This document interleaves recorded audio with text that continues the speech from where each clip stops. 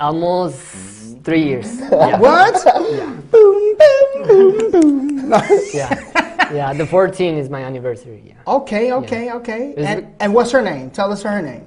Her name? Yes. Her name is Khadija Al-Ashmawi. Wow. Man, that's a mouthful for me. Okay, Yeah. but I can say Khadija, right? Yeah, Khadija. Okay.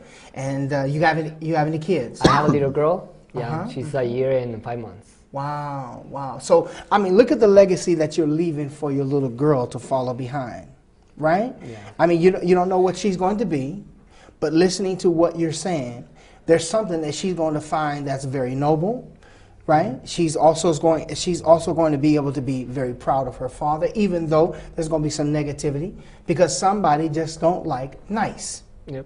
All right? Somebody's always looking just to get paid, right? Exactly. And that's what you guys are going to be dealing with. Yeah. All right, but we are dealing with it already. Exactly. You're dealing with it already. But you got to stay focused, okay? Yeah, I just tell them, you know what? You have your business, because they're saying you're helping for free. Exactly. And I have a place where I sell these things. So that in other words, you're hurting their business. Yeah, they could be buying that bed from me and you're giving it away. But I'm not giving it away. I'm contacting the people. I'm contacting the people who has it. Right. And they don't need it. So we're going to give it to the people who needs it. Wow. So that's what we're doing. We're not just helping poor people or people in need. We're gonna do whatever it takes. We're doing everything. If you need anything, 2 days ago, or 2 days ago, this lady posted on our page. I need help to move my dog's house from my truck to the ground. Wow. So nobody helped her. Right. I went, and it was a really big house. I was barely able to move it. Right. And we did it. We took it out of the truck. We put it on the ground, and she was very thankful. Who all helped you? Just me. Just you. Yeah. So you were able to maneuver that thing off of her vehicle. Yeah. I'm trying. Without breaking. Hey, man, that's all right. I was there about, 12, 15 years ago. I'm really? pretty thick now. But it's just 46-year-old of fat, okay? Yeah. People think I'm all muscles. Yeah. No, but I'm not. It's the suit. It's the suit, man. Yeah. I sucked all the air out of it. Yeah. Okay. Yeah, you have family yourself, correct? Yes, I do. All right. You married? Yes, sir. All right. How long you been married? December 30th will make 3 years. All right. Total of 5 together. Going on 6 together. And what's your story? I'm not married yet. You're not married yet? He's trying. He's trying? We're pushing him. He's trying to get the sugar. Trying to get the idea. Well, man, hey, I appreciate you guys coming down. You guys are doing an awesome job. Definitely. And guess what? I don't care who is saying what. You guys are doing an awesome job. Thank you. Yes. All right. So keep it in mind. There are people that are going to argue. They're going to fuss and fight about what you're doing. But I say you're doing an awesome attribute to this And city. we're not going to stop. You're not going to stop. And this is the Lost Cruces rescue team. We need more people to join us. All right. We want to have a lot of people all around town who's able to help others. Okay. Yes. All right. God bless you. That's my time, ladies and gentlemen. We thank you for joining us. One more addition to the Serving It Up TV channel. We bless God for you. I hope you learned something today. Be nice. God bless you and have a good night.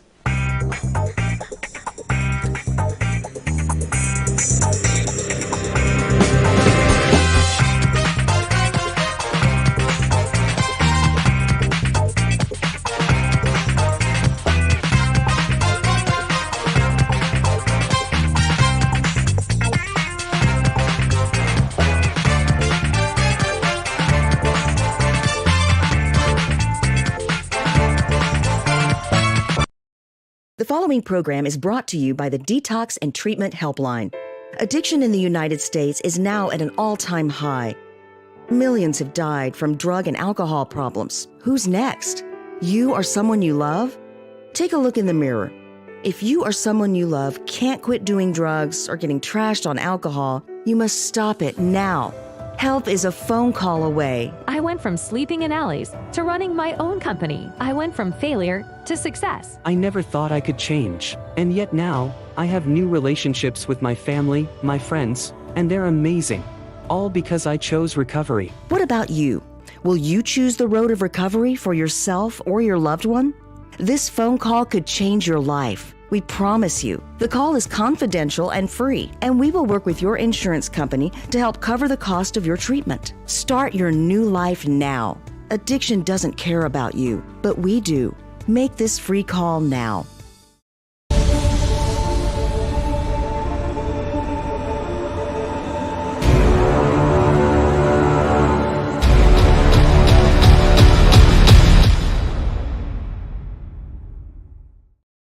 Hi, I'm Dr. Thomas Kuntz. Did you know that 80% of all learning occurs visually? Meaning children with poor vision are at a major disadvantage. In New Mexico, children 9 years of age and younger receive a vision screening at the beginning of each school year. Approximately 1 out of every 5 of these children fail the screening and then are referred to an eye doctor for a comprehensive eye exam. Unfortunately, 35 to 40% of these children that are referred never receive their eye exam. While there are many reasons why they don't, the ability to pay for the exam is not one of them. Medicaid or most private insurances cover the exam and glasses, and if they do not, New Mexico Alliance Operation Kit site has funding available, so it's free for the family. Please schedule your child's eye exam today.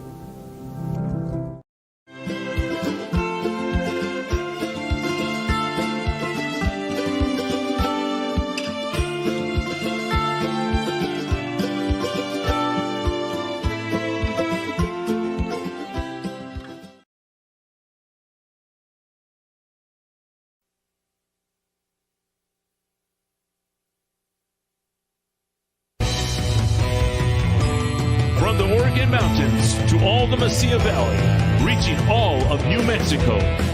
Broadcasting live from the Las Cruces studios, bringing you the issues that matter and the topics that count. Telling it like it is, it's the Mike Tejas Show. And now here's your host, Mike Tejas. Thank you for joining us today. Before we start this program, we've got a warning to the parents. You must watch this program. There could be great risk to your kids out there that you really don't see and that you do not know that's going on. I urge you, watch this program today. My name is Mike Tejas. We're coming from the beautiful downtown Las Cruces Channel Studios. Today we're continuing on our homeless crisis that we've been talking about for the last several weeks. We've interviewed a few different people. Last week we had a gentleman off the streets that we interviewed. And, you know, I've interviewed a great amount of homeless people in the last 3-4 weeks. And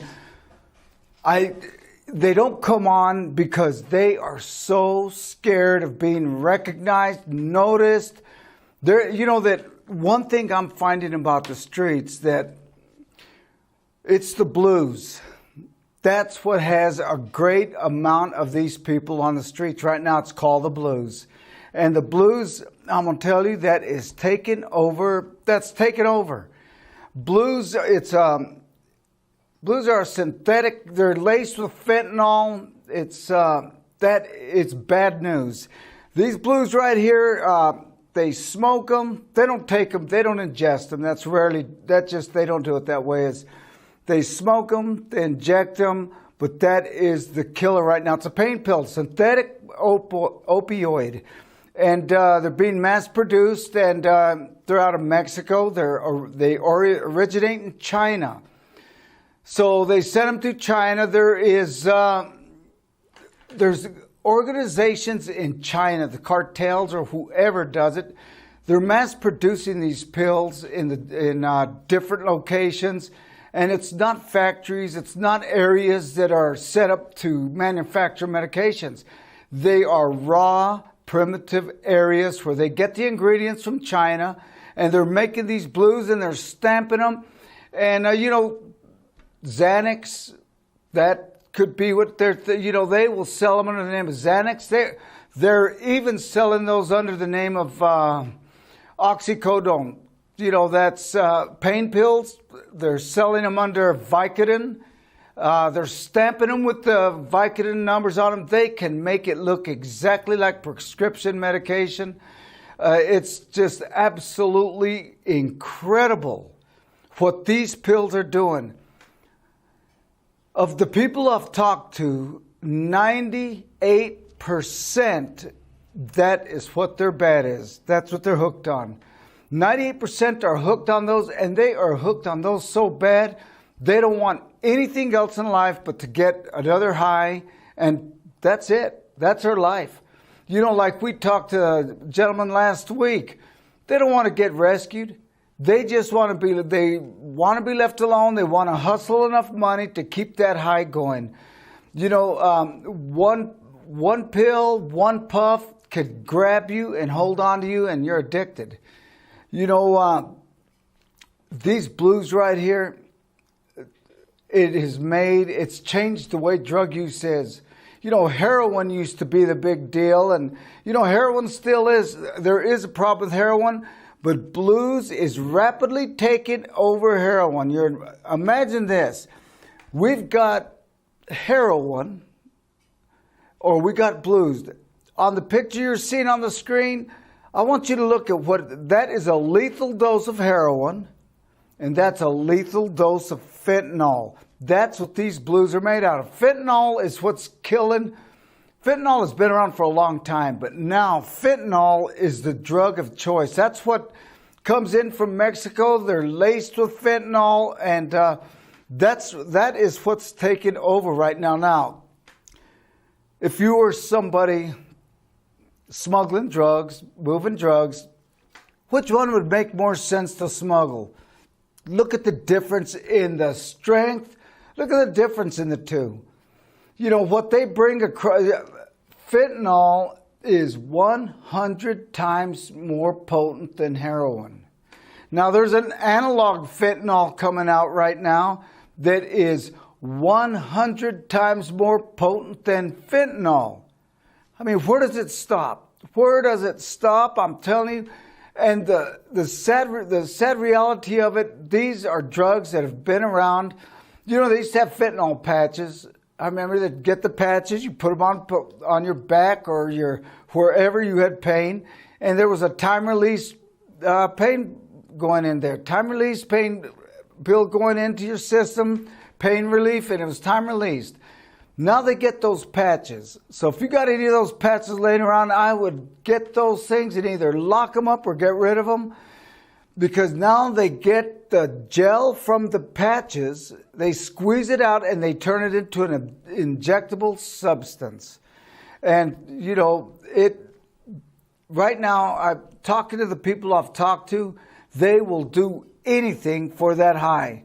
Now, the problem with fentanyl is you could get one, and the first time you are going to get blasted out of your mind, it's going to last you quite a while. Well, as you take it, the amount needed to reach that point of euphoria increases and increases and increases. There's a lot of information out there on it, on what it looks like, the shape, the size, the color, but that is the high. Now, this is what I'm seeing out in the streets. I'm seeing kids out there. Young people are in those streets on those blues. One of these guys told me, well, you know what, there's kids out there too, and I didn't believe him. I started walking around, and I started looking, and I'm going to tell you, they're out there. You know, they're out there, and you know, I've heard this over and over and over. All it takes is one, and those things grab you and take you farther than you want to go, cost you more than you want to pay, and last longer than you want it to last. They will get a hold of you, and you know, they won't let go. They're talking about professionals going and buying these blues off the streets. Our homeless population has got a large amount of them have a drug problem, and they don't want help. There are some homeless people out there, and I'm going to tell you something. There are some out there that I wish we could find a way to house them. There's people out there that genuinely have a mental health issue. They've got a problem. They've got something put them there. But I'm going to tell you, if we're thinking that these are people that have been forced out of their job and forced to go live in the streets because they were laid off, you know what? We have got the hottest job market in history going on right now, and I'll tell you, this problem is getting worse and worse. And you know what? The longer we wait, the worse it's going to get. I was in Albuquerque last weekend. I I did not. I went to a wedding. I was out at about 10 o'clock. I tried to go to a convenience store, and I said, I'm going to go to a convenience store. You know, I had my daughter with me, and, you know, I wanted to go someplace that was safe, that I felt safe. There was not one convenience store in the Heights that did not have people all around outside. I couldn't believe it. There were people everywhere at all those convenience stores. I finally found one. I went to the truck stop convenience store and all, and you know, there was an armed guy out there. He looked like a Green Beret, man. I mean, this guy was strapped and loaded, and he looked tough. So I pulled in right there. Well, the Circle K right next door had just closed. While my daughter was in the convenience store, I waited right outside the front to make sure everything was good. Some people knocked out the window of the Circle K, went inside, took what they needed, and left. Right there on Manal Street. I could, you know, it's amazing. Well, you know, it shouldn't be too amazing to us in Las Cruces. You drive down some of these streets, the windows are knocked out. There are several businesses on the El Paseo area that have had their windows knocked out and people go in and loot them. We talked about on one of our programs about a sports store that sold sporting goods that had been broke into 3 times. Broke a window, go in. 3 times. We talked about that. You know, you go out there, these people are in front of convenience stores, they're in front of areas where you'd go in to shop. You know, you're scared to leave your car, you lock the doors, but you know what? They'll break that window and take what they want. Now, I'm told by these people I'm interviewing, you know, some of them even admitted, yeah, I do whatever I need to do to survive on the streets. And they just openly admitted, I'll get an order, I'll go to Walmart. I'll get an order, I'll go look through cars. I will go do whatever I need to do to take care of what I need. They'll do anything. You know who they rob first? You know who they clean out first? Their families. That's who they rob first. I saw an amazing amount of people from Las Cruces, and you know, my whole deal is to try to get them off the streets. They don't want to get off the streets. They have got an addiction that has taken them over. It's possessed them. We talked to Teen Challenge about bringing their program here and getting a mental health and a substance abuse facility. We've brought in 2 different programs that have homes to take care of people that are homeless and need help. You know, they told me this. They're on the streets every day. One of them is on the streets every single day. They're in their van looking for people that need help. They told me they have not yet found a homeless person that wants to get up and needs help. They don't want to go eat. They don't want clothes. They just want to be left alone. Give me a little money and I'll be fine. Just like the gentleman said last week, we could eat at the Mission. We could eat at Casa Pellegrino's. We could eat at the soup kitchen. We're not hungry. We're not starving to death. We're not out here because we have nowhere else on earth we could go. We're out here because this is where we want to be right now. You know what I challenge you to do? I challenge you to go to Tent City tonight at about 10 o'clock. Park your car and get out and see if you can walk around. Go to Circle K on Picacho at about 10 o'clock, 11 o'clock. You know what? To the Circle K's, to their credit, they have started getting tough on people hanging out there. But go out there. You know what? Somebody's going to go to your window and ask you for money. There's nothing more fearful than someone coming up to your car at night. Now imagine if your wife and kids, your daughter, your son, somebody is in that lane when they go up. You don't know what they're going to say or what they're going to do. We had 2 weeks back somebody who SUV pulled up right behind his car. They went out there, pulled a gun on him, and told me, give me all your money and all your stuff, and shot him in the leg. Right there in Las Alturas area. That's a good area. But they robbed them right there. They'll stop at nothing. They will stop at nothing right now to get what they need. We've got a problem with blues out there. We better wake up. I'm going to tell you, we could put a large mental health facility that would hold 1 million beds, whatever we need. We could get the substance abuse, we could get all of that. It doesn't matter. While there's a plentiful amount of blues on the street. When I come back, we're going to talk about blues. My name is Mike Tejas.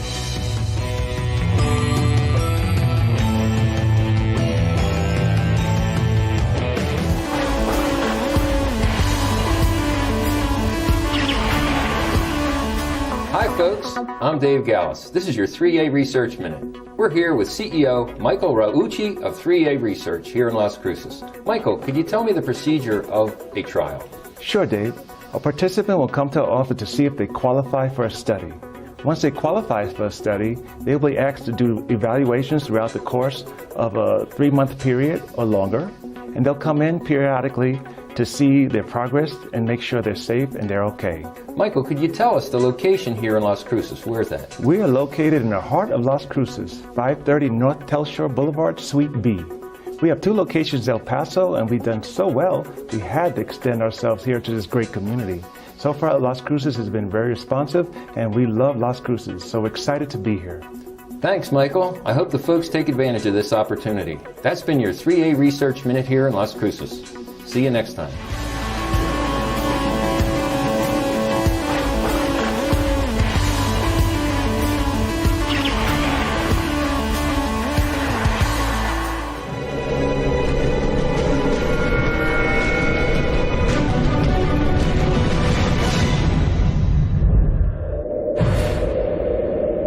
If your loved one has passed away due to COVID-19, pay close attention to this message. You could be entitled to a death benefit of over $300,000. The U.S. government has set up a fund to pay families relief if they've lost a loved one due to COVID-19. The compensation includes a death benefit and lost wages benefit. Time is limited, so we urge you to make a free phone call right now. There's no cost to you for this claim. That's 866-372-3669.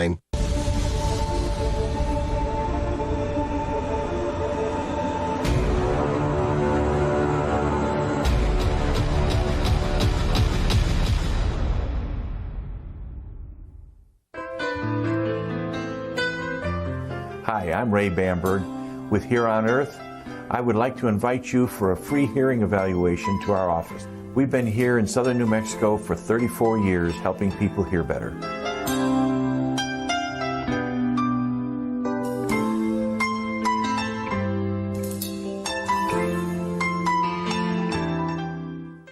Do you suffer from rashes, dryness, flakiness, and thickness to the skin? 3A Research is conducting a trial of an investigational drug on plaque psoriasis. Subjects must be 18 years of age or older. This is an 8-week study. We will compensate you for your time and travel up to $225. Enrolling participants now in Las Cruces. Contact our office at 575-288-1646 or visit our Facebook page at 3A Research or our website 3asites.com. Taking a trip in the next 12 months? Airlines are under tremendous pressure and they're practically giving away their unsold seats. Like every crisis, this one will end too. But right now is the best time to take advantage of giveaway ticket prices on their unsold seats. We're not allowed to publish these low fares online. The only way to get these rock bottom giveaway prices is to call. So phone low-cost airlines now for airline ticket prices you may never see again.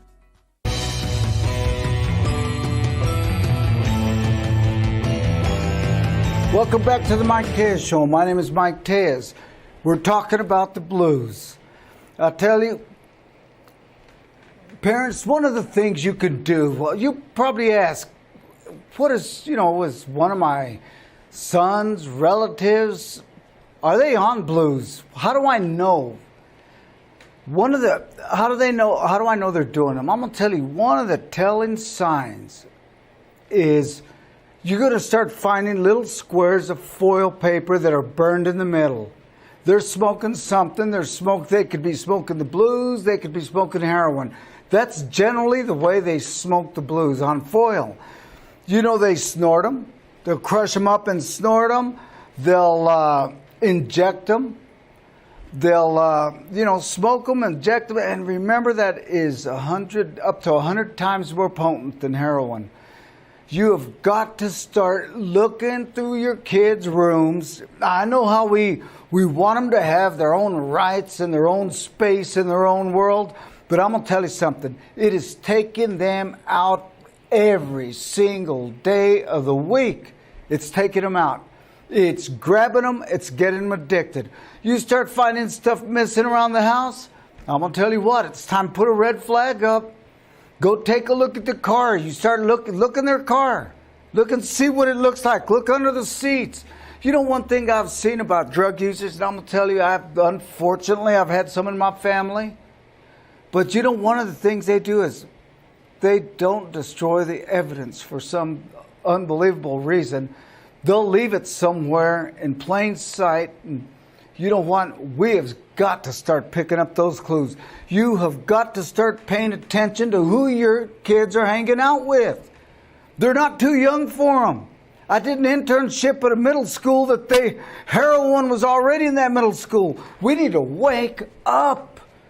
These drugs are taking over the people. They're taking over your kids. They got them. I was out there. They don't want help. They want money. And you know what? We are feeding them that money every time we see them out there. We feel bad. We'll throw money in their hat. I've been guilty of doing the same thing. I saw a young man, crazy looking, jeans, no shirt, shaved head, walking right in the center of Avenida Mesilla, straight across Valley Drive. Crazy looking. Crazy looking. And I'm going to tell you something. Go drive down Valley. Drive down Amador. Go to Amador tonight. Go look around there. Go drive down those streets and tell me, would you walk there? Tell me better yet, would you open a business there? There's no business. They're slowly running them all out. You know, this is the part I think needs to be addressed by, the city council. They need to wake the hell up and get out there and see what's going on in their districts. Whoever these districts belong to, they need to get out in those districts and start walking around at night and go see what's going on. Take a look at what the business owners are going through with those squatters all over their property. You know what? There's nothing you can do. Well, there is something we can do. You try to let your weeds overgrow in your front yard and see how quick you get cited. You try to have too many garage sales and watch how fast you get cited. You know what? You go out you go on them streets and you start seeing what you all need to do to get our streets cleaned up, to get those businesses some relief for the people that are tearing them up. You see their trash all over the place. Well, you know what? What happened to grocery stores being responsible and keeping their shopping carts inside? They're everywhere. I'm going to tell you something. Drive on our side of the old Las Cruces, not on the other side. Don't bother going to the Sonoma area. It's going to look beautiful and perfect. Come over here to Old Town Las Cruces, to the part that Las Cruces was built on. Come to our part of the city here and take a look how trashed out and ugly it's starting to look. You know what? We don't want to look like Albuquerque and we're on our way. I don't care what it takes. We need to do something about it because we can't have our city continue to fall down and say, well, there's nothing we can do. You know what? We better find something to do. I refuse to accept the fact that all of this going on, it used to be restricted to Picacho. I leave them alone. They're on Picacho. We know where they're at. Now they got 2 or 3 more subdivisions where they're all at. Let's get out there and find out what we need to do to stop the blues. We could have facilities everywhere to help them. They don't want to go. Get those damn blues off the streets. Find out why these people, find out who they are so deathly scared of in the streets. Who in that underworld has the power to threaten someone and scare them so bad they will not call the police? Rape. I hear after rape. People get raped, beat up, threatened. And you know what? I say, why don't you call the police? They would rather just let it go than to call the police. They say, well, you heard it last week. They'll give the green light. They'll take us out. They'll kill us for being a rat. You can't call the police because they are more fearful of whoever's in charge under there than they are of the police department. You see how brazen they act towards the police department? Let me tell you something. They have the fear of God of whoever it is in these streets that are running it. That's who they're scared of. They're not scared of the courts. They're not scared of going to jail. You get high in jail too. This guy told me he goes to jail, gets high in jail just like he gets high in the streets. Only difference is he gets 3 guaranteed meals in jail. But you get high anywhere. We need to tighten it up. I used to say, what are we going to do? Hire another 1,000 police and build a 3-story jail? No. What we need to do is find the source. We need to find the head of that and take that out. It's destroying our city. I would hate to have a business around Amador and Valley area. I would hate to be a business owner there. And businesses, they do have the right to restrict people from loitering on their property. People used to cruise up and down Main Street, El Paseo. Then what happened? They started outlawing us hanging out on the sides of the street, parked, where cars were going up and down. They banned that. They banned cruising around in all Main Street America. They banned the cruising.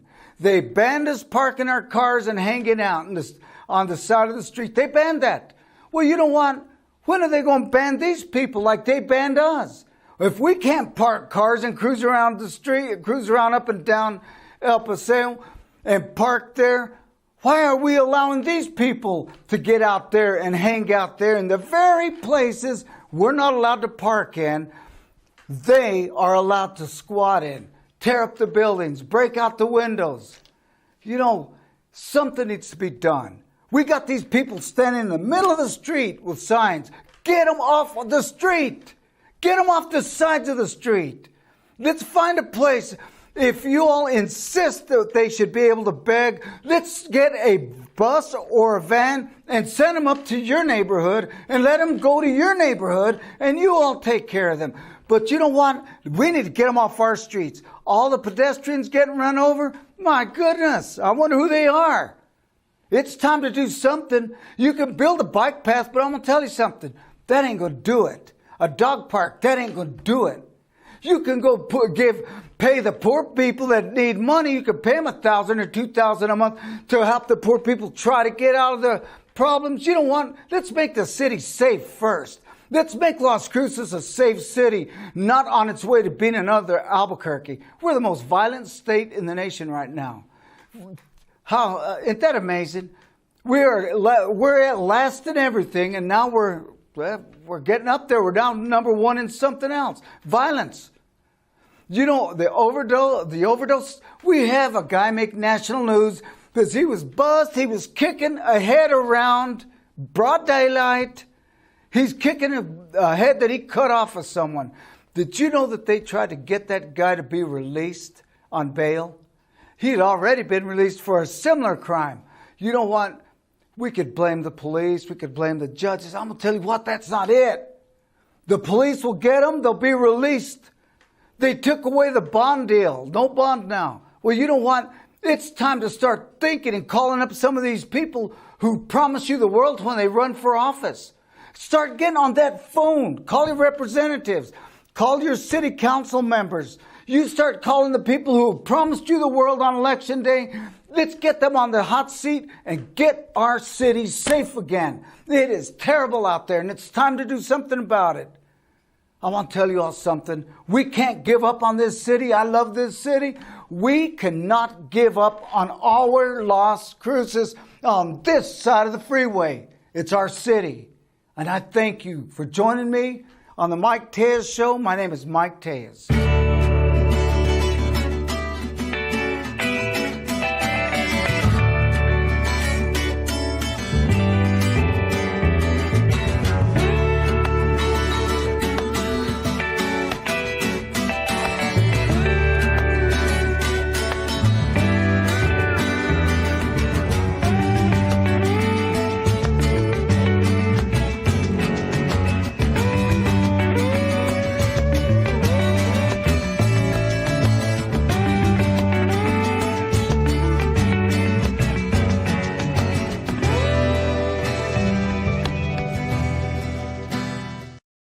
Attention CPAP users with sleep apnea. You may have heard about the importance of cleaning your CPAP mask and supplies regularly, but we can't stress enough the importance of replacing your old CPAP supplies every 90 days to prevent infections and improve your overall health. With Medicare and private insurance, you may qualify to receive regular replacement supplies with free home delivery at little or no out-of-pocket cost. Improve your sleep and take control of your health with new Medicare-covered CPAP supplies every 3 months. Attention timeshare owners. This is an urgent consumer alert from the Timeshare Exit Hotline, a national company specializing in helping consumers legally get out of their expensive timeshare contracts. We're offering you a way to legally get rid of your timeshare. So if you're fed up with the maintenance fees that keep on coming and want to learn if you can terminate your timeshare legally and permanently, call today. Even if you've tried before and were unsuccessful in getting rid of your timeshare, call today and see if we can help. We offer a complete 100% unconditional client satisfaction guarantee. Make this completely free call and learn how we can help you legally put an end to your timeshare nightmare once and for all. You have nothing to lose, so call right now to qualify and receive a free consultation. You can terminate your timeshare legally and permanently, but you've got to call now. Call the number on your screen today. It's a free call. Did you know children should have their first comprehensive eye exam at 6 months of age and every 1 to 2 years afterwards? Unfortunately, most children have not had an eye exam. While there are many reasons children haven't been to an eye doctor, the ability to pay for the exam is not one of them. Medicaid or most private insurances cover the cost of the exam and glasses. And if they don't, New Mexico Lion's Operation Kids Site has funding available, so it's free for the family.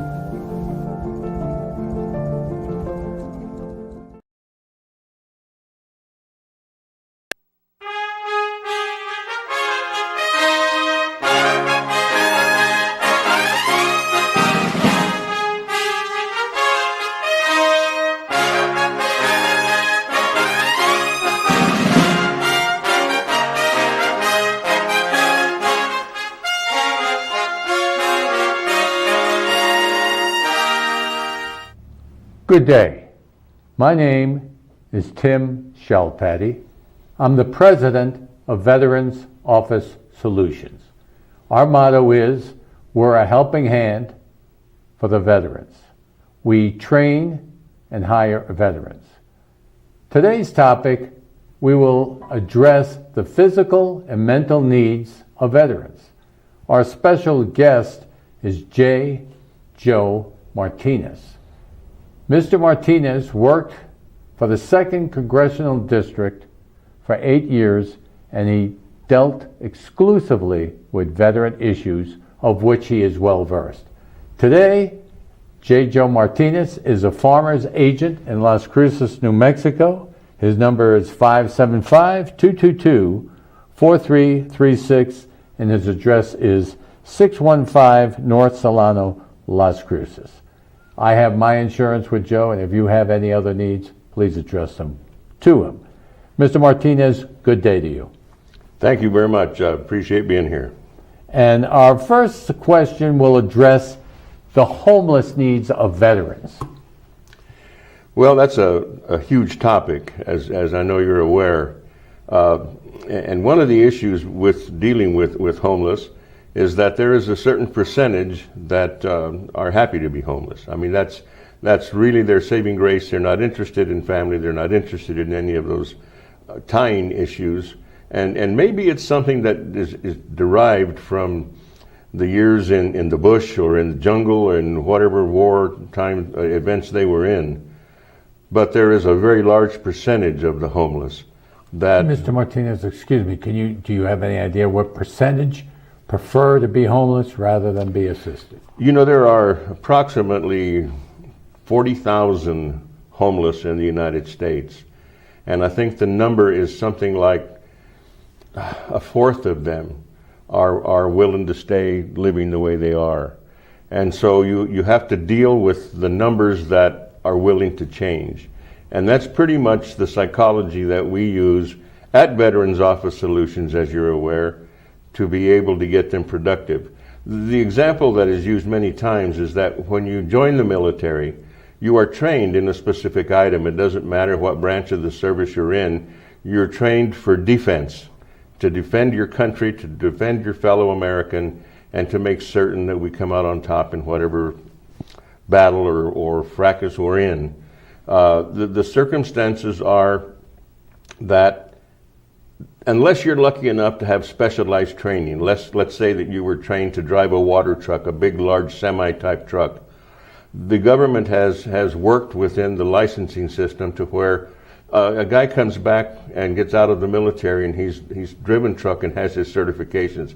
He doesn't have to take a CDL all over again.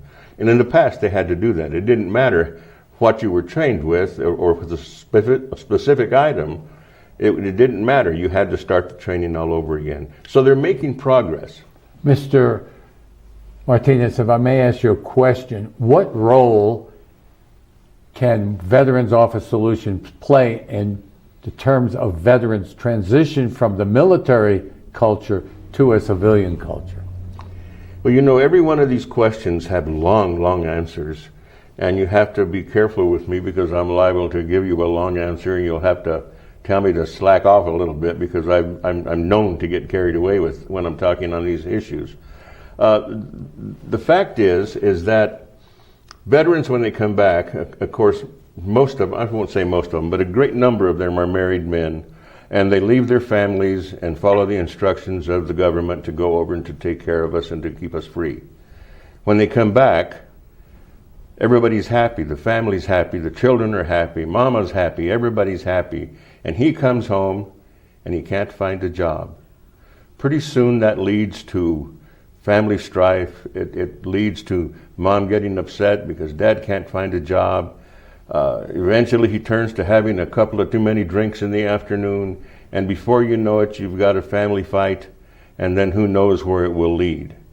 Consequently, we end up with broken homes, we end up with suicidal tendencies, and that's another whole topic.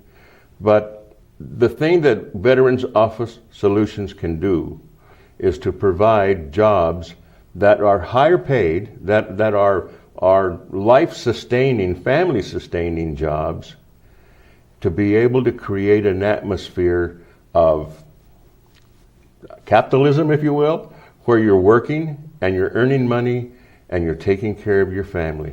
Mr. Martinez, if I may ask you a question, would you say this concerns a livable wage? Livable wage is the term that really needs to be used rather than minimum wage.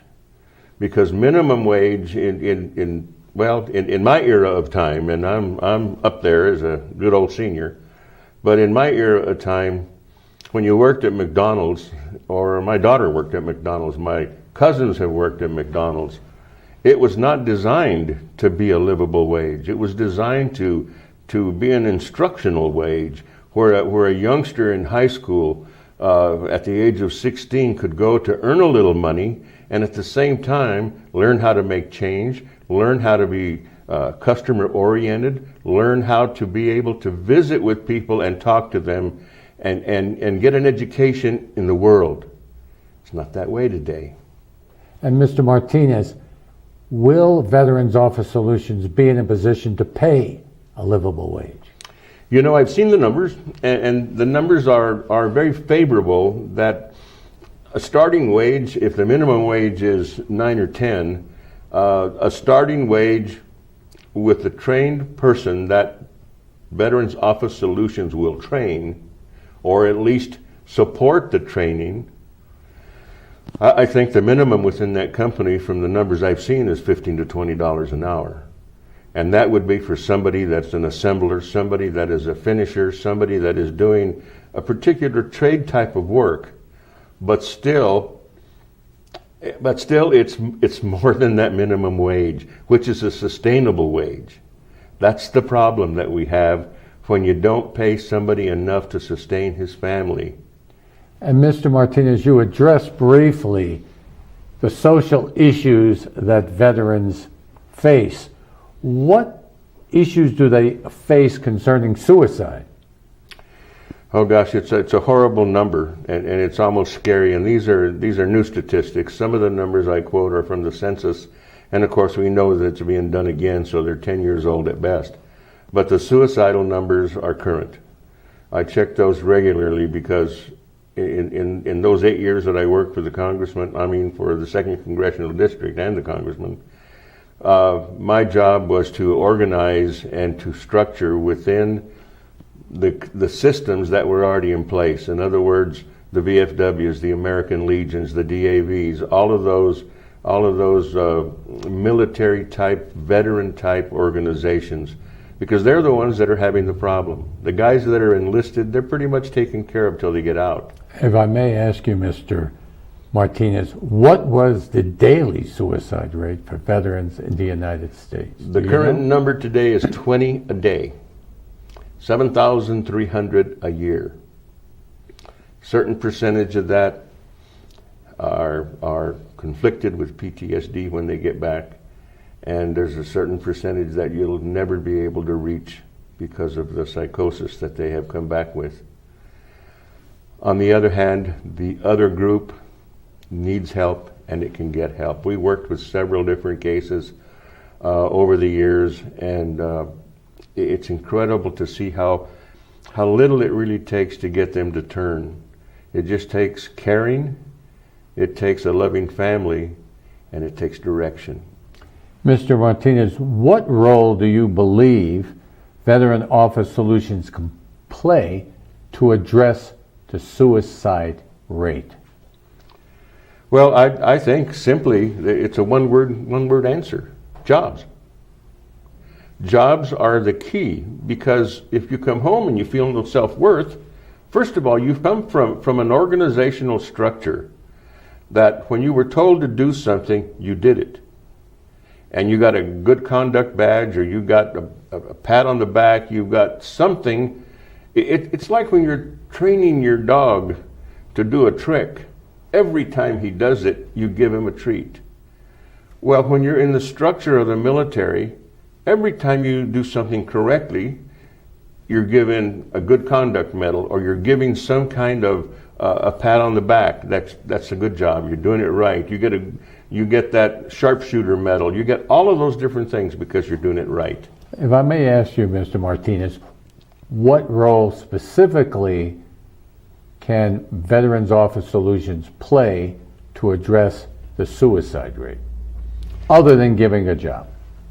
Well, this is something that isn't done by a lot of companies. Now, they do it on the periphery. 100 years ago, seems like, I worked for Sandia Laboratories in Albuquerque. And they had a medical facility. And it had a couple of doctors in there and some nurses. And that was a government contracted facility. So they knew, and this was back in the 60s. So we were strongly involved in Vietnam in those days. So consequently, when you had people come back and they were new hires, it was important for them to have that available to these young soldiers that came back. On the other hand, we went through a period of time after that there were no major conflicts around the world that were causing the craziness that we have in a manner today. So I think that to really, really be strongly involved in taking care of veterans within the structure of a company, you must have a clinic within your system. Does Veterans Office Solution advocate that type of solution? Yes, it does. And can you explain how? Yes, it will have a veterans consultant on board, if you will, and probably several, depending on the number of employees at the particular time that Veterans Office Solutions will employ. But there will be people that specialize in helping them with their benefits, people that are certified by the state to be able to do that job. And because it'll be in-house, a veteran may have an issue trying to get some disability or trying to get his pay straight, or anything that concerns the Veterans Administration, is all he'll have to do is make an appointment at the other corner of the building, leave his site for 30 minutes, 45 minutes, never lose a minute of work time, because he can go, and while he goes, another one steps in his place, because everybody is covering everybody else. We talk about our military as being a brotherhood. Veterans Office Solutions can be that brotherhood on the outside. And Mr. Martinez, you're addressing mental health as it pertains to one location. You're well versed with the decentralized system of healthcare for veterans. Can you explain to our viewership the distinction between decentralized, where veterans have to go to several locations to get treated, as compared to one-stop shopping? Certainly, I will address that, and it's going to sound more local than national, but that's okay, because I know if I was working out of Minnesota, I would have examples of current events up there. But I can tell you here in the state of New Mexico, the Alamogordo group, which is about 65 miles from Las Cruces, where we're at, they are kind of in a bit of a quandary. They have the acronym is a CBOC, and that's a community-based outpatient clinic that is designed to take care of veterans in the particular locale. So what that means is that if you live in Alamogordo, you go to that CBOC. On the other hand, if it's something that the CBOC's just a clinic, if you need to have a CT scan, they're going to send you to Albuquerque, to the hospital up there. And that gets into time, driving, an overnight stay, a number of different things that cloud the fact that you need to get this done. We're going to take a short break, and please stay tuned. Please bear with us as we will continue addressing the veterans' needs. Thank you.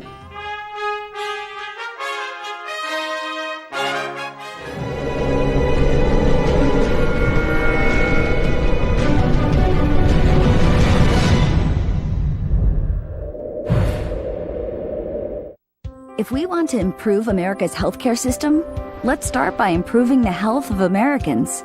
Despite the best doctors, hospitals, and medical advancements, Americans are not as healthy as they should be. We spend too much on treatment and not enough on wellness and prevention. We need a system based on primary care. When patients have a medical home and a long-term relationship with a doctor, the result is a longer, healthier life and reduced medical costs for everyone. Let's make America a place where health is primary. They've stormed beaches and freed countries. They've raised our flag and our hope. They've been called leathernecks. They've been called devil dogs. But above all, they're called Marines.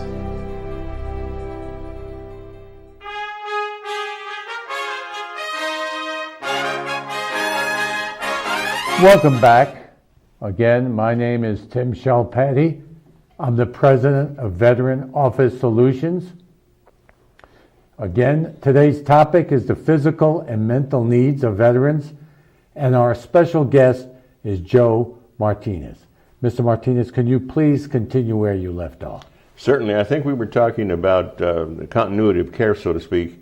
And the example that I was giving is that if a guy went to the CBOC, or the community-based outpatient clinic in Alamogordo, and needed to have a CT scan, he would have to be sent to Albuquerque, because that's where the hospital that oversees that clinic is located.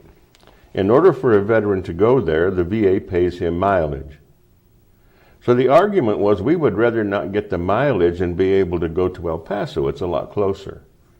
But that didn't make any difference. The fact of the matter is, the mandate was that this belonged there and this belonged here. The argument was that El Paso is not a hospital. El Paso, even though people think it's a hospital because the Army hospital is there, it's not part of the VA. So consequently, it creates this divisiveness. A few years back, there was a program started that it was underfunded to begin with. And I won't even give you the name because it doesn't even matter, but the fact of the matter is, what it was designed to do is for that local CBOC there, or the CBOC here in Las Cruces, to be able to say, you need a CT scan, go over to XYZ scans right here in town. And Mr. Martinez, if I may, How will Veteran Office Solutions solve this problem? Well, you know, it's a pretty simple solve. A short time back, I had the opportunity to visit a company in El Paso, neighboring El Paso, that employs, hundreds and hundreds of people. It's a company that contracts with the federal government and uses only disabled veterans, or 90% of them have to be disabled veterans. And they solved it. I was totally surprised. They had a clinic in their building on board with doctors, with nurses, with x-ray machines, with all of the informational products they needed to be able to take care of the 1,000 people that worked for them.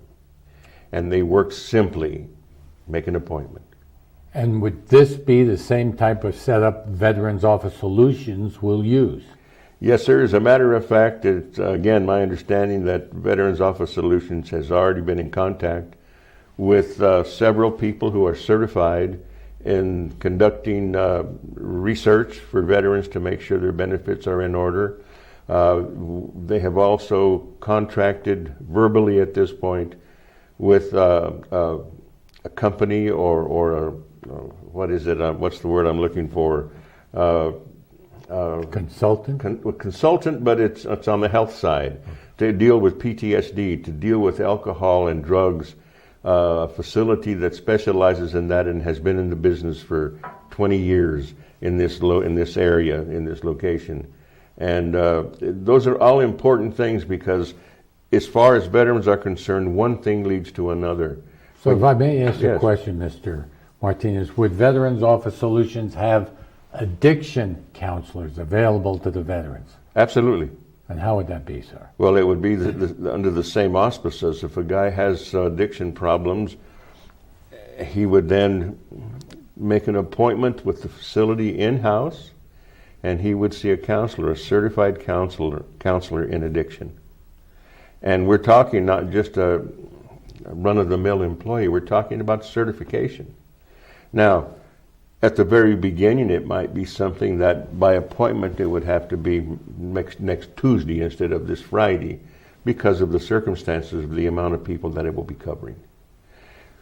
The Veterans Service officers that would be employed within the system of Veterans Office Solutions would be able to file the necessary papers and documents so that that veteran could go to these counselors and doctors and have it not cost them a cent, because there are programs that will take care of that. And Mr. Martinez, can you explain for our viewership the difference between the present system we have, decentralized treatment for veterans, as compared to one-stop shopping for veterans? Well, I mean, the names certainly imply exactly what the definition is. One-stop shopping, of course, is you go and if you have a carbuncle on your left foot, they can take care of it. If you have a headache, they can take care of it. If you're having a little bit of PTSD from whatever. I mean, PTSD is not necessarily a military thing. Our first responders are in PTSD situations every day. So PTSD is something we live with and have lived with. It just has a new name to it. But the fact is, if we can do all of those things within the structure of one facility, productivity goes up, happy people are derived from it, they go home happy, they're happy to go to the ball games with their children, they're happy to go to church with their wife, they're happy to be able to live the Leave It to Beaver lifestyle. Well stated, Mr. Martinez. Is Veterans Office Solution about one-stop shopping for the veteran needs, physical and mental? Absolutely. And how would that be, sir? That is the premise for the whole concept of Veterans Office Solutions. Veterans Office Solutions would be a one-stop shop in that you work there, you get your benefits there, you get your medical treatments there, everything is in turn, and at the same time, you keep your job and productivity stays up. So if a veteran were to relapse, Mr. Martinez, would they still be employed at Veterans Office Solutions? Certainly. Certainly. That's part of the reason that the employment of veterans is so vital. And I can tell you that these numbers that we've discussed about suicides and all of the other issues that go would slowly start to diminish. And if Veterans Office Solutions is allowed to be able to set the standard, and it starts to happen all over the country, we'll see a totally different outcome to our veterans. And Mr. Martinez, you mentioned across the country, does Veterans Office Solutions advocate setting up centers in strategic locations where there are high veteran population centers? Well, you know, I think that somebody that you really admire, Mr. Ray Kroc, with the McDonald's franchises and how he built his concept of business, I think that concept works in anything where there's a need, any part of the country. People are people, whether they're here or they're in Philadelphia. We may have to drive a little farther between stores in New Mexico, but we're still the same. We still have the same needs, the same wants, the same cries, the same wants for our children. So I see no reason why, if a plant were a total operation here in New Mexico, southern New Mexico, and there's 100,000 veterans in the town of Orlando, Florida, maybe you'd want to put something in Orlando, Florida. Fort Hood, Texas, they are probably the largest landmass base in the country, and a lot of people retire from the military there. A lot of employees available for work. There's no reason why it couldn't be something that strategically is placed all over the country. And Mr. Martinez, you well explained the centralized concept of treatment. Can you explain for our viewership what the present system consists of concerning the decentralization of treatment? Well, I think it comes from after 8 years with arguing and pointing out different things within these systems. I think the biggest obstacle that we have is the fact that nobody likes change. You know, I mean, I can see it in my own life. If I've done something the same way every day and somebody's got a better idea, I'm probably still going to do it my own way. It's just our human nature.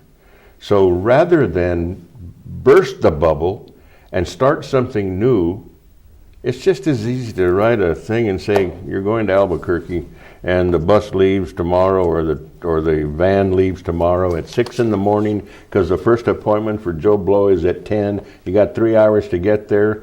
So, you know, we're going to get you there on time to go. And then it leaves to come back by 3. So you better have your stuff done by 3 or you're missing the van.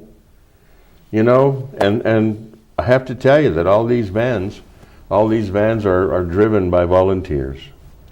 And Mr. Martinez, can you briefly address the PTSD and how it adversely affects military personnel? Well, you know, PTSD, as I stated a moment ago, comes from many different ways. I have a young man who was in Iraq and came back. He stepped on or drove over in an SUV, a mine, and he lost his right arm and both legs. Young fellow from Deming, New Mexico. I was there to greet him when he came back in from Walter Reed on his way to the hospital in San Diego. I was with his parents, and I had met him on the phone, but not in person, so I introduced myself, and I'm representing my boss. And he said, well, you know, Joe, he said, I'm really lucky. I said, yeah? And he said, yes. Thank God I'm left-handed. You know, I mean, here I am looking at him thinking, my gosh, this poor guy is going to be tainted the rest of his life, but he's left-handed. Thank you for that good conclusionary story, Mr. Martinez. We do appreciate it. We want to just tell our viewership that if you appreciate what we're doing here at Veterans Office Solutions, would you please send us an email if you have any thoughts about how we could better address the physical and mental needs of our veterans. Please let us know. Visit our website. Again, please remember that with a helping hand, with a hand that's up, not the hand that's out. And we appreciate Mr. Joe Martinez addressing his expertise as it concerns the physical and mental needs of veterans.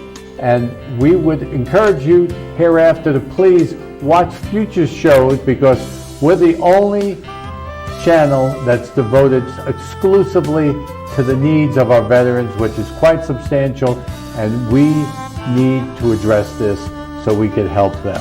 Thank you for your viewership, thank you for your time, and thank you for your future comments. Good day.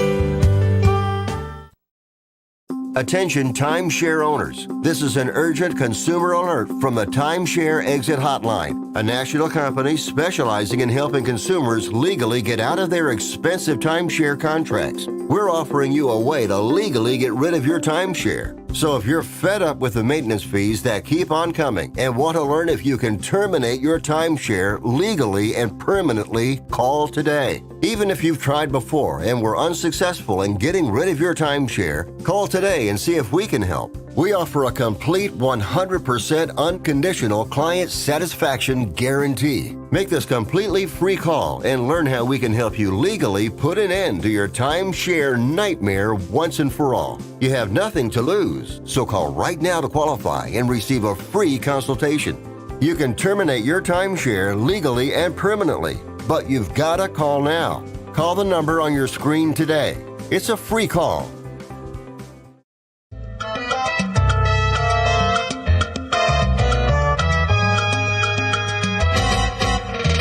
Salvation, this is a call for salvation.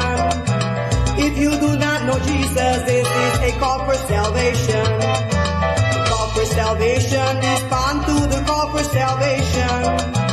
If you don't know the Savior, this is His presentation. It's been 2,000 years that have passed, you see. Hello, and welcome to Voices in the Wilderness. I'm Reverend Maria.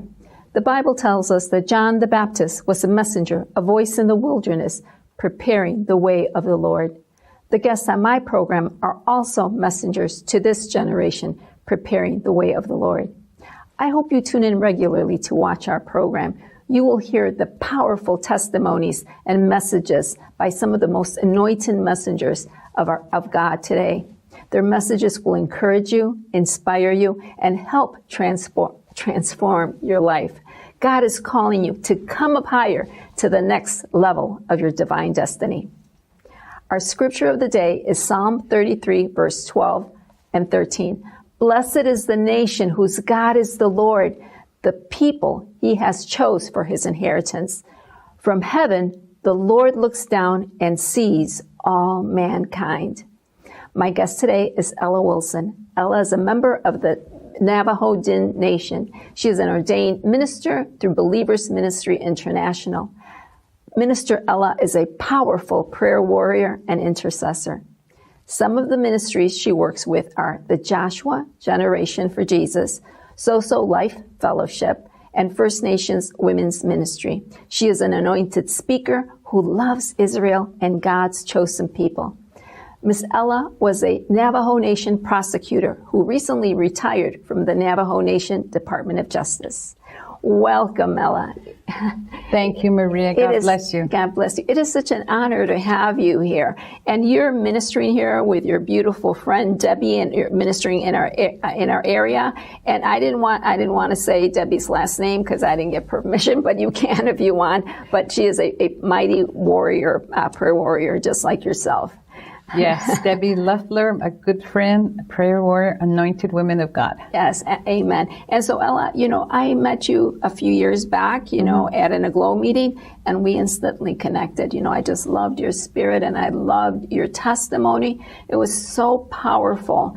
And, I could see God's transforming power over your life, because he has done an incredible work with you, as he has done with me, with all of us, because when we come to the Lord, we're just transformed, aren't we? Yes, we are. Yeah. So, I mean, you do such important work. And so I've been wanting you to be on my program, as you know, and this is the right time. So thank you again for being here. And so that testimony, it's very, very powerful. So you were raised here in New Mexico, right? And Yes. you were raised in a reservation, right? Yes. And, you know, it's interesting because when we hear, you know, people that aren't familiar with life in the reservation, it's very mysterious to us, you know, because we don't know too much about life in a reservation, only what we see on movies, and it's usually not very positive, you know, the way movies depict life on the reservation. So talk about how that was for you. Thank you. Life on the reservation is very different. Even now, many people that live there do not have electricity or running water. I was raised near Gallup, New Mexico, which is where I used to live, and we did have running water. We did have electricity. We were fortunate because my father worked for El Paso Natural Gas Company. So they provided a home. My mother worked also. And for about 16 years of my life, I did enjoy all that. After 16 years, my mother and father got divorced. My mother moved to her homeland in Twin Lakes, New Mexico, which is about 15 miles north of Gallup, and started all over. We lived in a single wide trailer. We had no gas, no electricity, no running water. So we got used to it. I mean, we had to. There was no choice. I was 16 and I have five sisters and 6 of us all together. So we had to go to school. We were in sports, you know, we had to, it was not really a hardship to me. It was just something we did. We were like, we're going to do this. And my mom, you know, bless her heart, was a single mother, my mom, Louise, and trying to raise 6 girls. Wow. And we got through it. I learned how to drive her pickup, which is a stick shift, because on the reservation, all the bumpy roads, you have to go through the mud. I learned how to change a tire when I was, you know, still a teenager. And we were used to the terrain. It was dry, it was cold, but we got used to it. And I live in Gallup, New Mexico now, and I have the comforts, but I know a lot of people, the Dene, Navajo people, don't have that. But if I were to go back to that, I would survive. My family would survive. We can adapt. I believe the Navajo people have adapted through so many things, and I believe we're strong, and we love, you know, the land. We love, you know, that's just how we are. Amen. Amen. So you were raised Catholic, but you were also, the Catholics, priest or the hierarchy, they also allow the Native Americans to practice not only Catholicism, but to mix the Native religion as well as their traditions and customs, right? How was that? Well, I didn't really see anything wrong with that because, you know, I didn't read the Bible. I didn't consider that it might be compromised if that's allowed, because we have to have the one true God that we believe in and only Him. And, you know, Catholic does say there is God, there is Jesus, but we can't basically go into our traditions, which is the ceremonies and some of the practices by the Navajo people that I grew up with. I wasn't a very traditional Navajo, but I did learn some along the way. My mother and grandma were traditional Navajo women. We did have to take part in some of the ceremonies, and my family also partaked in peyote ceremonies. So you have the traditional on one side, you have the Catholic, then you have peyote. To me, I still, at that time being young, I knew who God was. I didn't know I could have a relationship with Him or His Son, Jesus. But I didn't question it yet until I started getting older and realized that there was something missing. It was the love, the Holy Spirit that I was searching for, you know, when I started turning maybe 18 or 19, and I started searching. And in these peyote ceremonies, I mean, that's a mind-altering substance, drug, you know. And so I know you have spoken briefly about that. The consequences, of course, can be very devastating because, you know, I know that, well, with any spiritual person, and we're all created to be spiritual people, but sometimes we can go towards the light, or sometimes we can go into the darkness when we're exposed to, you know, chemicals, mind-altering substances. Yes, peyote. I only took partake maybe a couple of times, probably when I was older. But we knew it was a drug. But the people were saying, this can help you. This can help you with your finances. This can help you with, if you're an alcoholic. And they had faith in that. They had faith in the peyote drug. They had faith in the roadman, who is the leader during a peyote ceremony where we sit either in a teepee or hogan. We had put peyote in the water in a cup, and we all share it and partake all night long, sing songs, and then in the morning, we're tired and we can't eat until after a certain time. It's very religious, and so is the Catholic Church, if I may say. And I don't believe I really got any hallucinations, because that's what it causes. We didn't experience anything with my family, but I know it can be devastating if that happens. And it is dangerous. It is dangerous. It is dangerous. And, I've visited Santa Fe. They have the Pueblo Indians, and I've gone to some of their tours, which are, amazing. And they talk about, the amazing history, but also the harsh history that they face because of the settlers around them. And so, of course, when we have these hurts, these soul wounds, it really can do it can hurt it can produce soul wounds. For instance, the spirit of abandonment and all of these other different spirits. And I know you had said that you went through a lot of these low self-esteem and a lot of these negative things that, of course, in Christ, thank God that we're a new creation. But when we don't have Christ and we have these soul wounds, then it can be very painful in life, right? Yes, because it's generational. So it's a generational in our bloodlines, what we suffered and what we went through, and a lot of prejudice. I know that there was prejudice in my life growing up, and I didn't understand it.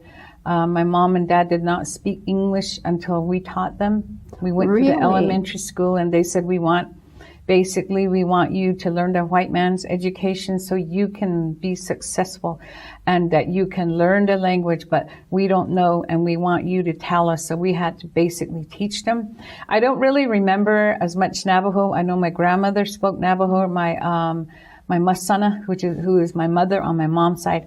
So we had to teach them, and it was an injustice to see how they were treated by people in the border towns, in the stores, the restaurants, and I didn't like it. And that made me mad. And then pretty soon it was like, why was I born Navajo? Why do I have to be like this? I don't like it. I don't like the color of my skin. I don't like the way I look. It really, the gender identity, my identity at the time was really low. So I focused on school. I focused on my studies, on sports. My mom encouraged us. Me and my sisters were very active in sports. I mean, it was like a competition, but it was a friendly competition, a sibling. So we tried to, we did that. We kept busy. Times we had to maybe chop wood or haul water, just to have water and, cook. We learned to cook at an early age with my mother. So it kept us busy. Right now, it's different how children are growing up. Yeah. And so when did you become a born-again believer? In the year of 2000. And how did that happen? Because that must have been different, too, for you, right, from the way you were raised. Well, I knew in my spirit, man, that I was searching for God, and I knew who He was. And I had a friend that I worked with in a restaurant. I think I was like 18. And she was born again, and she gave me a book. She said, I want you to read this. I think it was called The Babylon Mystery. She says, you're going to find out what being Catholic is. And I read it and I thought, no, this isn't true. Oh my God, no.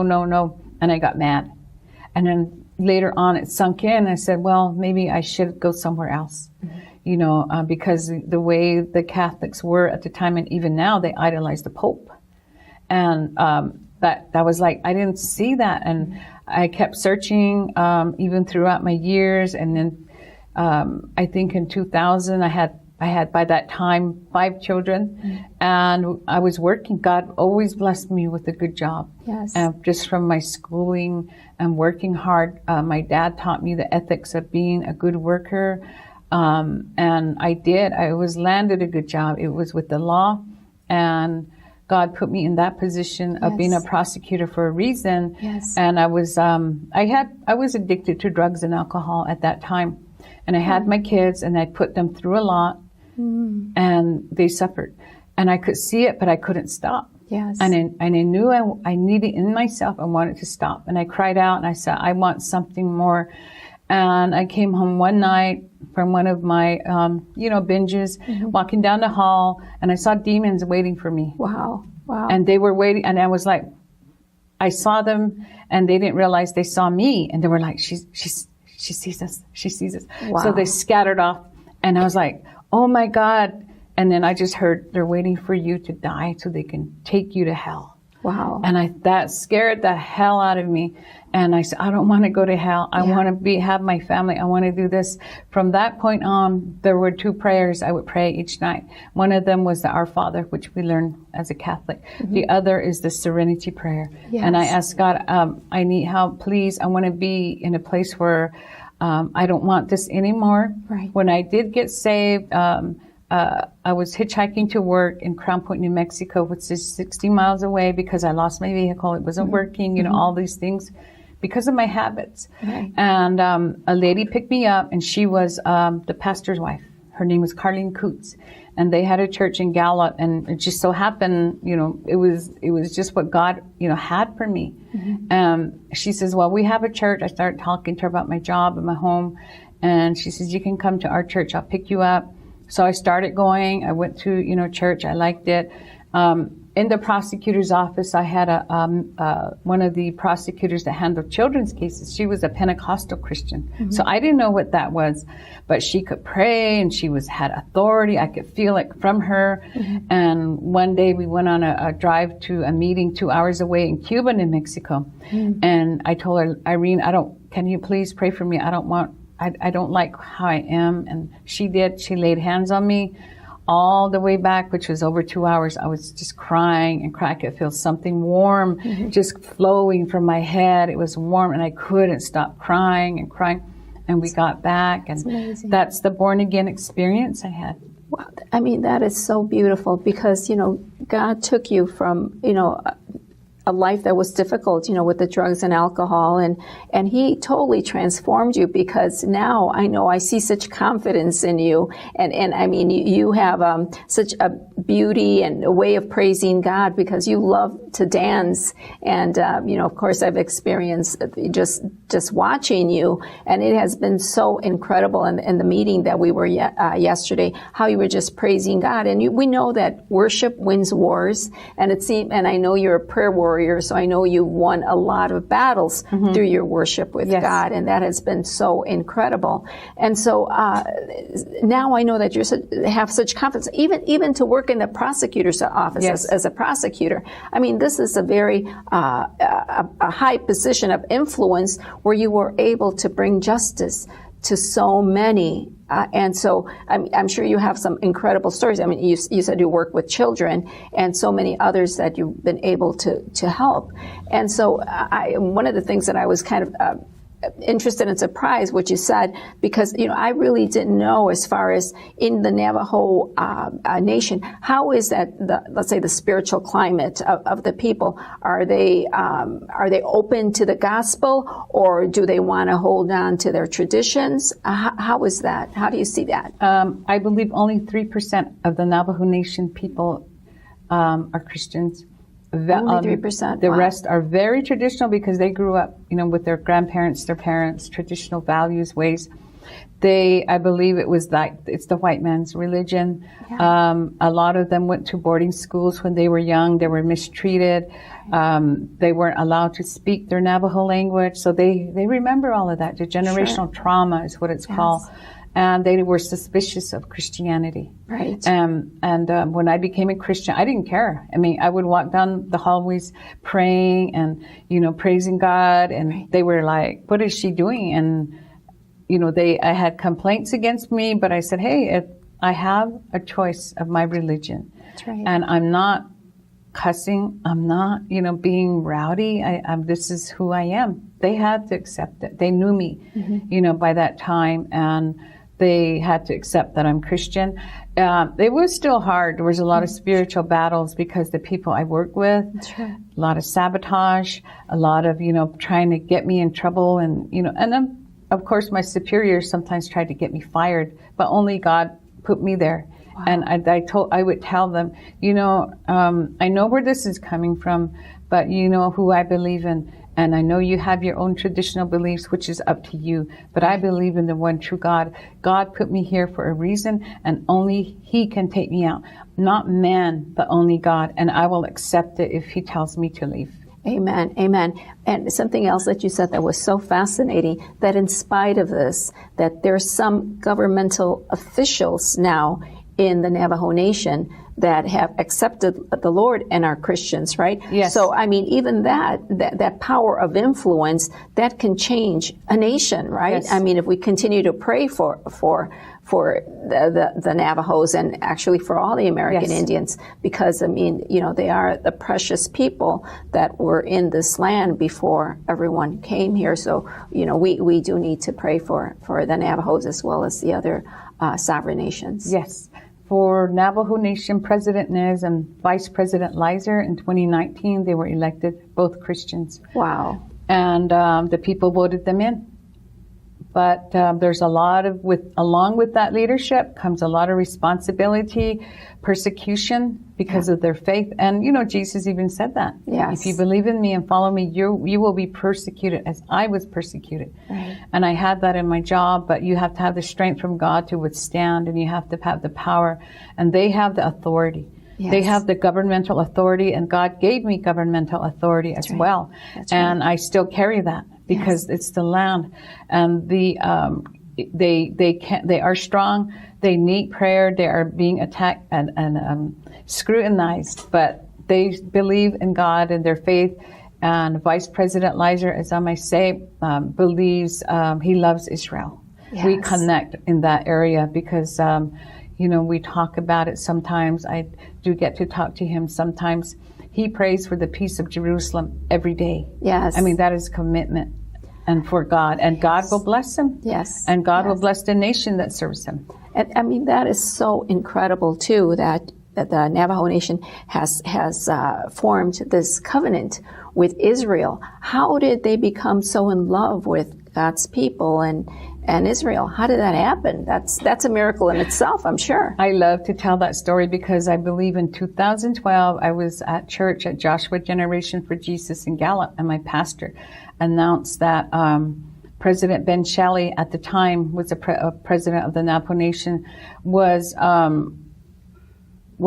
were going to have prayer for him in Farmington, New Mexico. And at that prayer, it was more like a meeting. They had the Jewish rabbis there. We had the Jewish dances. And he was there and pastors were there. I was there. And under President Shelley's administration was a half Navajo and half Jewish advisor. Wow. His name was Deswit Tome. And I believe he had a lot of influence on our Ben Shelley. And they prayed for him, and they decided he was going to Israel. Mm-hmm. That money was paid through the Navajo people, Christians and other Christians. None of it was Navajo Nation dollars. Like they were saying, why are you using that?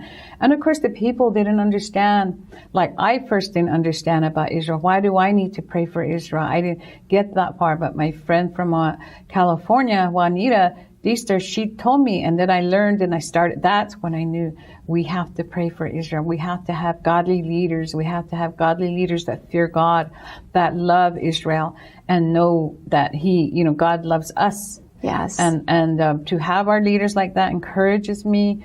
I was still, like I said, I retired at the end of June this year, and praying for more prosecutors and for them to be godly, to fear God and not man, and to serve Him, to bring justice. My position I was in was very powerful. We had a lot of authority, but to me, it was my job, and I didn't carry it like, oh, I'm going to do this. I'm going to prosecute this guy. I don't like him. But to me, it was to help them. If I could help them in their addiction with alcohol, get them into a rehab program. If they didn't have a high school degree, I'd get them into high school, into a program.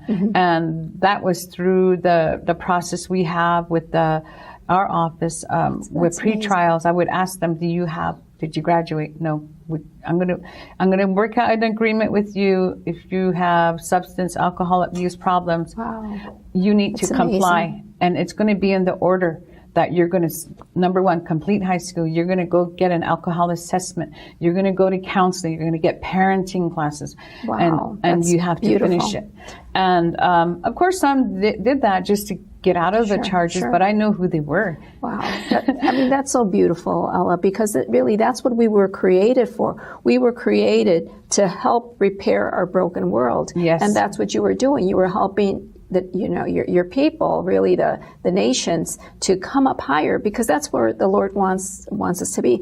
And as far as that covenant, I don't think that that's an accident, because I believe that the Lord is drawing people from every nation to Israel, to the love of Israel, right? Because we are part of the vine, and our Messiah, Jesus, was Jewish, and He wants us to understand who He is, right? Because sometimes we make this Jesus, let's say an American Jesus, or our Jesus with a certain political party or whatever. But I think we don't understand the fullness of who He is, and I think that's why He's opening our eyes, our heart, to bring the reality, and so that we can join together. And so, I teach a Torah study on Saturdays, and I've got, African Americans, Japanese, just different people, and now the American Indians are connecting to that. To me, this is supernatural. It just doesn't happen. Like you said, why would anybody, if they're not Jewish, have this desire, this heart? But I think that's what's happening to the nation's people, so the native people. And so, of course, we know that Israel is very important in the last days and in the prophetic days. But what do you see with the native people? Do you see like a prophetic role as well? I believe so. I believe the native people are connected to Israel in a way, spiritually, because what I learned was that the native people came from the Bering Strait, that from Mongolia is how it started, and they went across the Bering Strait, and they settled in Canada and then the United States. That's right. So there is that may be a connection there, and also we're very Navajos. First Nations are very spiritual. Yes. And a lot of us can't see in the spirit. We're used for our gifts, but what are you going to do with those gifts? Are you going to use it for the kingdom of heaven or the kingdom of darkness? And I tell people that. They say, this is a good medicine man, this is so-and-so. And I'm like, no, if he is using it for the kingdom of darkness, that healing there's talking about is not going to last. Right. But when you come to God in the kingdom of light, it's true, it's authentic, because it comes from Him. And the covenant, as I was saying, as you were asking about, that was established between President Ben Shelley when he was the president and the other leaders. He actually went to Israel, I believe in 2013. And when he did, he visited the land, he walked the land, he came back excited, and there was two provisions in that covenant that they were looking at.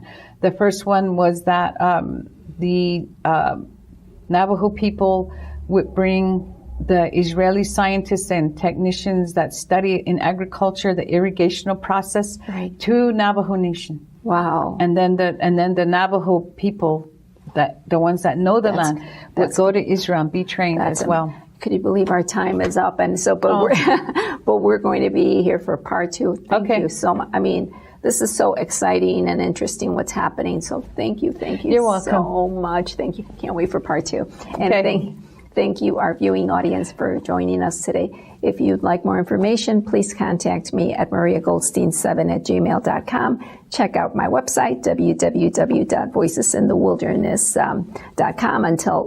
Until next time, we wish you good health, success, spiritual growth. God loves you so much, and so do we. And pray for the Navajo Nation because, it is a time, they're prophetic people. And so it's just been amazing to have you here. And yeah, so can't wait for part 2 of this conversation. For salvation, this is a call for salvation. If you do not know Jesus, this is a call for salvation. The call for salvation, respond to the call for salvation. If you don't know the Savior, this is His presentation. It's been 2,000 years that have passed, you see, that Jesus died. Who hath ascended up into heaven, or descended?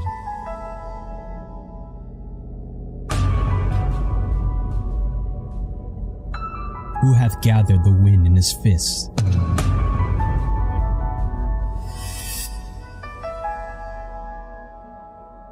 Who hath bound the waters in a garment?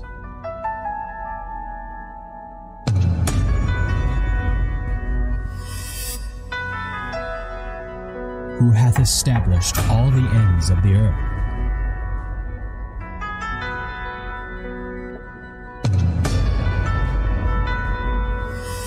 What is his name?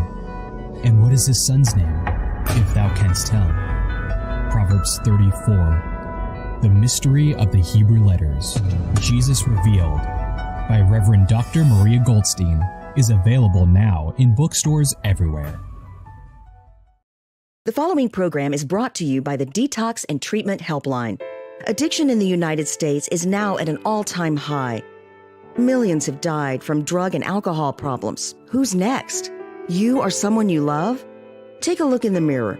If you or someone you love can't quit doing drugs or getting trashed on alcohol, you must stop it now. Help is a phone call away. I went from sleeping in alleys to running my own company. I went from failure to success. I never thought I could change, and yet now, I have new relationships with my family, my friends, and they're amazing. All because I chose recovery. What about you? Will you choose the road of recovery for yourself or your loved one? This phone call could change your life. We promise you. The call is confidential and free, and we will work with your insurance company to help cover the cost of your treatment. Start your new life now. Addiction doesn't care about you, but we do. Make this free call now. Attention CPAP users with sleep apnea. You may have heard about the importance of cleaning your CPAP mask and supplies regularly, but we can't stress enough the importance of replacing your old CPAP supplies every 90 days to prevent infections and improve your overall health. With Medicare and private insurance, you may qualify to receive regular replacement supplies with free home delivery at little or no out-of-pocket cost. Improve your sleep and take control of your health with new Medicare-covered CPAP supplies every 3 months.